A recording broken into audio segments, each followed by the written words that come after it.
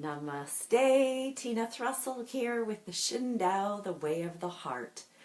Last night, Neil and I were blessed to be part of Unity of Calgary's metaphysical Christmas candle lighting ceremony.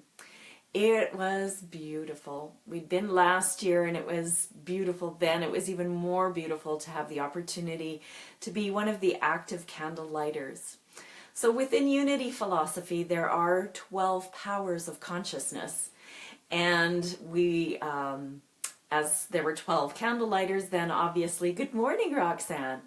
And we gathered together, did a little meditation, allowed Spirit to guide us. As all of the 12 powers were placed in a basket, we pulled out the power that was called to us. And it was interesting because I was so certain from the minute they asked me if I would be a candlelighter that I would pull the power of faith, feeling that this has been my calling over the last few months, is to really step into that place of having faith that everything is unfolding as it's meant to, and that I have faith in the greater power, that everything is working for the highest good. And obviously the message from Spirit last night was, it's time to move to the next power. You're getting the hang of this one, so here's your next power. And I pulled creativity. The affirmation that I was given to say in this ceremony. Now imagine this, the room is relatively dark. There is a single large candle in the center, which represents what they call the Christ light, which is the light of consciousness, the light that is carried within. So there is this one large candle, and there are 12 different colored candles lined up on a table. And as each power is talked about, the person who is lighting that candle comes forward, makes an affirmation. I say, I use my, no, it was not creativity, it's imagination. How interesting that I flipped the word. It's not creativity, it's imagination. Although they are the same, one and the same, close to the same. The word creativity is bigger for me, which is perhaps why I chose the word creativity. But the word that I was given was imagination.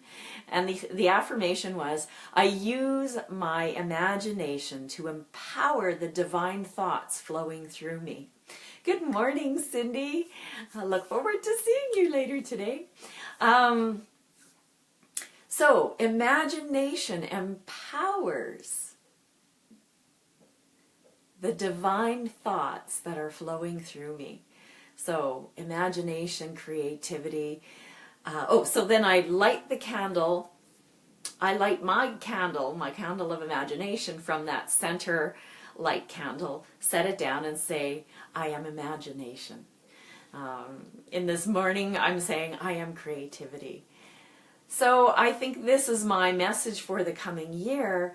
How do I use imagination or creativity to say yes to the universe? Many of us are aware of the little ideas that pop into your mind. Ooh, it would be really neat to do this. Or, ooh, I think I feel called to do that. Or, I wonder if anybody's ever done this. Or, I have an idea for a book. And then you sit on it and do nothing. So the idea is, as the ideas come in, they're part of the flow of life. As we see them, feel them, sense them, we ask, is this in alignment with my values? If it is, in what ways can I use my imagination and creativity, good morning, Christina, to bring these ideas to life, to make them manifest in this world that we're living in on this three-dimensional planet?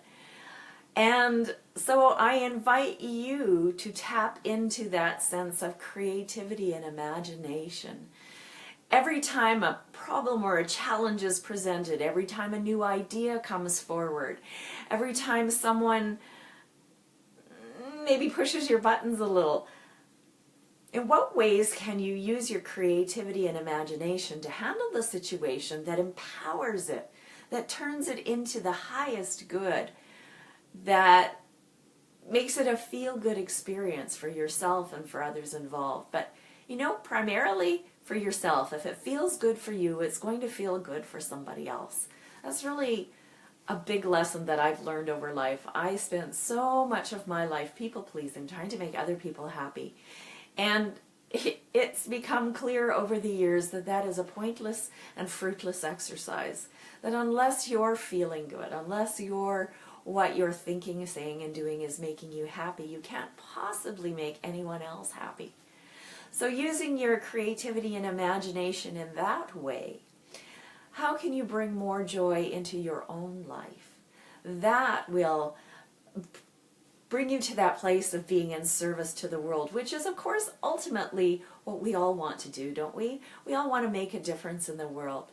So there are my ideas. Sometimes I get online here and I have no idea what I'm going to say, and I start babbling away, and the ideas start to form and congeal, and here's the bottom line of that. Use your imagination and creativity to create happiness and joy for yourself in your life, so that you are in the best place to create the highest good for positive change in our world. There's my thought for you for the week. Take it away. Let me know what you do and how you use your imagination and creativity to say yes to those ideas, those divine thoughts that flow through you.